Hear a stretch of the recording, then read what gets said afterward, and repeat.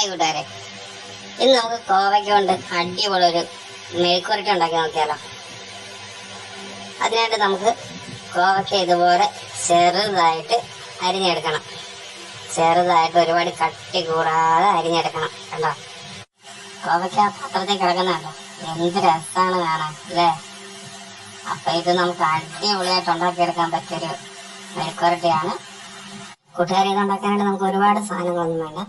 കുറച്ച് പച്ചമുളക്, സവാള, കറിവേപ്പില, വെളുത്തുള്ളി ചതച്ചെടുക്കണം. പിന്നെ സവാള ചെറുതായിട്ട് കട്ട് ചെയ്തെടുക്കണം. നമുക്കിത് വെക്കാനായിട്ട് ചട്ടിയിലേക്ക് കുറച്ച് എണ്ണ ഒഴിച്ചു കൊടുക്കാം. എണ്ണ ഒന്ന് ചൂടായി വന്നതിന് ശേഷം നമുക്കൊരു 1/2 ടീസ്പൂൺ മഞ്ഞൾപ്പൊടി ഇട്ട് കൊടുക്കാം. അത് കഴിഞ്ഞ് നമുക്കൊരു 1/2 ടീസ്പൂൺ മുളക് പൊടിയും കൂടി ഇട്ട് കൊടുക്കാം.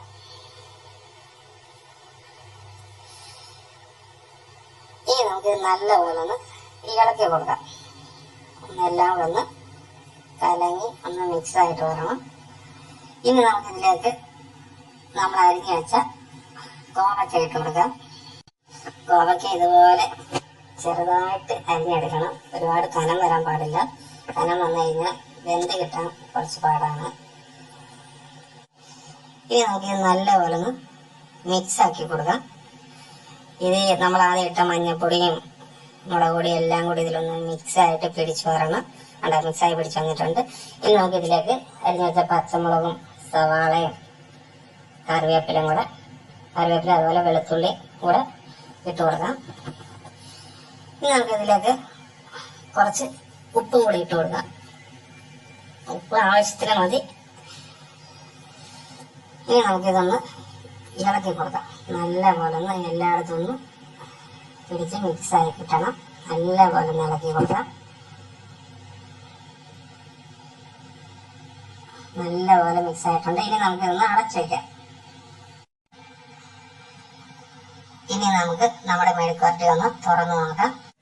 കൂട്ടുകാരെ, അങ്ങനെ നമ്മുടെ മെഴുക്കുവരട്ടി നല്ല രീതിയിൽ വെന്ത് കിട്ടിയിട്ടുണ്ട്. ഇനി നമുക്ക് നല്ലപോലെ അടി കൂട്ടി നല്ല രീതിയിൽ ഒന്ന് ഇളക്കി കൊടുക്കാം. ഇത് എല്ലാവരും ചെയ്ത് നോക്കുക. എളുപ്പത്തിൽ ചെയ്യാൻ പറ്റിയ അടിപൊളി ഒരു മെഴുക്കുവരട്ടിയാണ്. അടിപൊളി ടേസ്റ്റാണ് കൂട്ടുകാരെ. ഇതെല്ലാവരും വീട്ടിൽ ചെയ്ത് നോക്കുക. കണ്ടോ, കോവയ്ക്ക നല്ല രീതിയിൽ മിക്സായി വന്നിട്ടുണ്ട്. മസാല എല്ലായിടത്തും പിടിച്ച് അടിപൊളിയായി വന്നിട്ടുണ്ട്. ഇനി നമുക്കിത് കുറച്ചുകൂടെ വെന്ത് കിട്ടണം. അതിനായിട്ട് നമുക്ക് ഒന്നും കൂടെ അടച്ചു വയ്ക്കാം. നമുക്കിത് അങ്ങനെ കൂട്ടുകാരെ, നമ്മുടെ മെഴുക്കുവരട്ടി എന്താണെന്ന് അറിയില്ല. നമുക്ക് തുറന്നു നോക്കാം. കൂട്ടുകാരെ, നമ്മുടെ മെഴുക്കുവരട്ടി അടിപൊളിയായിട്ട് വെന്ത് കിട്ടിയിട്ടുണ്ട്.